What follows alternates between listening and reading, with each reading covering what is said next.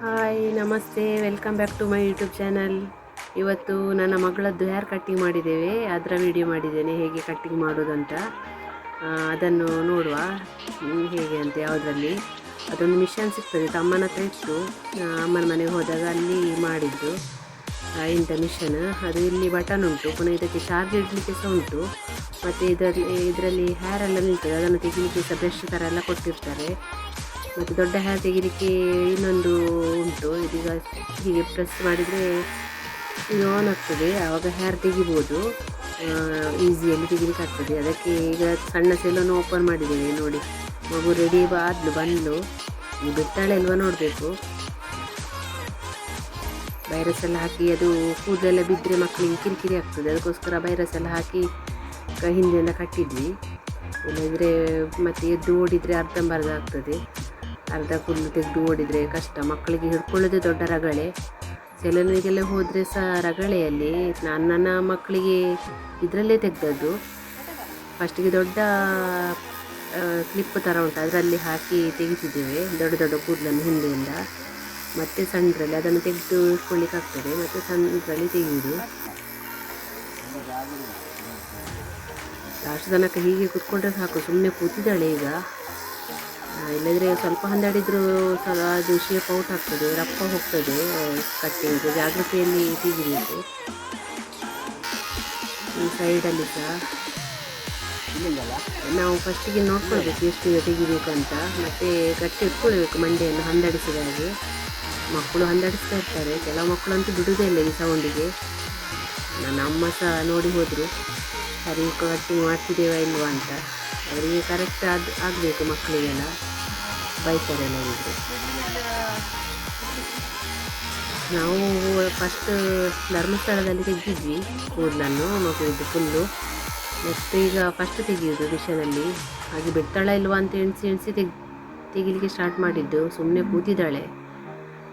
ಅದು ಒಂಥರ sound, ಕೆರ್ರ sound ಆಗುವಾಗ ಒಂಥರ ಮಕ್ಕಳಿಗೆ ಕಿರಿಕಿರಿ ಆಗ್ತದೆ. ಸ್ವಲ್ಪ ಸ್ವಲ್ಪ ಉಳಿತದೆ ಇದರಲ್ಲಿ, ಹೀಗೆ ಮಾಡ್ತಾ ತೆಗಿಬೇಕು. ಹಿಂದೆಯಿಂದ ತಿರುಗಿಸಿ ನಿಲ್ಲಬೇಕು ನಾವು. ಮೇಲಿಂದ ತೆಗಿಯುವ ಹೀಗೆ. ಮಂಡೆ ಬಗ್ಗಿಸಿಟ್ಕೊಳ್ಬೇಕು, ಇದು ಮಂಡೆಯನ್ನು ಹಂದಡಿಸಲಿಕ್ಕೆ ಬಿಡಬಾರ್ದು. ಹಾಗೆ ಕಟ್ಟಿ ಇಟ್ಕೊಂಡಿದ್ದೇನೆ ನಾನು ಸಹ. ತೆಗಿಲಿಕ್ಕೆ ಎಲ್ಲ ಕೂದಲು ಸುಲಭ ಆಗ್ತದೆ ಇದರಲ್ಲಿ. ಇದರಲ್ಲಿ ಬ್ಲೇಡಲ್ಲಿ ಅಂತೆಲ್ಲ ಅದು ನೋವಾಗುವುದಿಲ್ಲ. ಹೀಗೆ ಕೀಸ್ತಾ ಇರಬೇಕು, ತುಂಬ ಕೆಳಗೆ ಸಹ ಕೀಸಬಾರ್ದು, ಒಂಥರ ಇದಾಗ್ತದೆ, ಬಿಳಿ ಬಿಳಿ ಕಾಣ್ತದೆ. ಎಷ್ಟು ಕೂದಲು ಉಂಟು ಅಷ್ಟೇ ಕೀಸಿದ್ರೆ ಆಯಿತು. ಹೀಗೆ ತೆಗೆಯುವ ಮೇಲೆ ಮುಖ. ಮತ್ತು ಇದರಲ್ಲಿ ಮೇಲೆ ಸ್ಟೆಪ್ ಸಹ ಕೊಡಲಿಕ್ಕೆ ಆಗ್ತದೆ. ನಾವು ನನ್ನ ದೊಡ್ಡ ಮಕ್ಕಳಿಗೆ ಹಾಗೆ ಕೊಟ್ಟಿದ್ವಿ.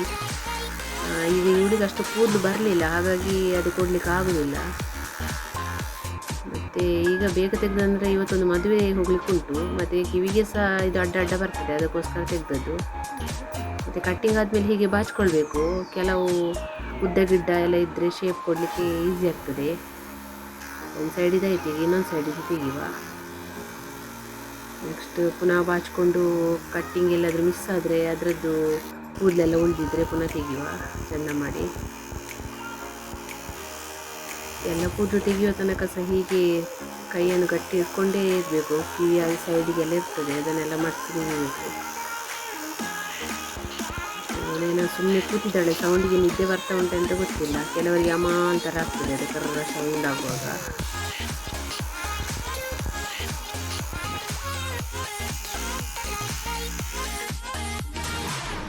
ಇಲ್ಲಿ ನೋಡಿ ಸ್ವಲ್ಪ ಸ್ವಲ್ಪ ಉದ್ದದ ಥರ ಉಂಟು ನೋಡಿ, ಅದನ್ನು ತೆಗಿಲಿಕ್ಕೆ ಉಂಟು. ಪುನಃ ಬಾಚಿ ಹೀಗೆ ಬಾಚಿದ್ರೆ ಅದು ಗೊತ್ತಾಗ್ತದೆ, ಉದ್ದ ಗಿಡ್ಡ ಎಲ್ಲ ಇದ್ದದ್ದು. ಕೆಲವು ಕಪ್ಪಿ ಹೋಗಿರ್ತವೆ ಕೂದಲು, ಅದನ್ನೆಲ್ಲ ಬಾಚಿದರೆ ಅದು ಲೆವೆಲಿಗೆ ಬರ್ತದೆ. ಪುನಃ ಹಾಗೆ ಅದನ್ನು ತೆಗಿಬೇಕು ಕಟ್ಟಿಂಗ್ ಮಾಡಿ.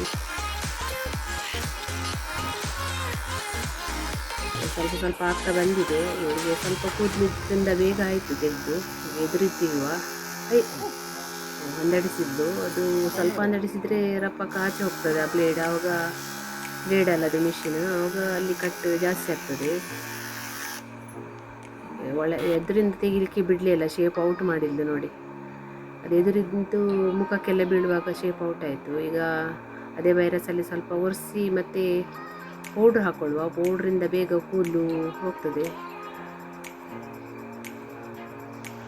ತಂಗಿ ಮಕ್ಕಳು ಬೇಗ ಓಡಿದ್ಲು, ಅವಳಿಗೆ ಅವಳ ಹೆಲ್ಪರ್ ಅದು. ಕೂದಲು ತೆಗಿವಾಗ ಅದಕ್ಕೆಲ್ಲ ಪೌಡ್ರೆಲ್ಲ ತಂದು ಕೊಡೋದು, ಎಲ್ಲ ಐಟಮ್ ತಂದು ಕೊಡೋದು ಎಲ್ಲ ಜೋರು ಅವಳಿಗೆ.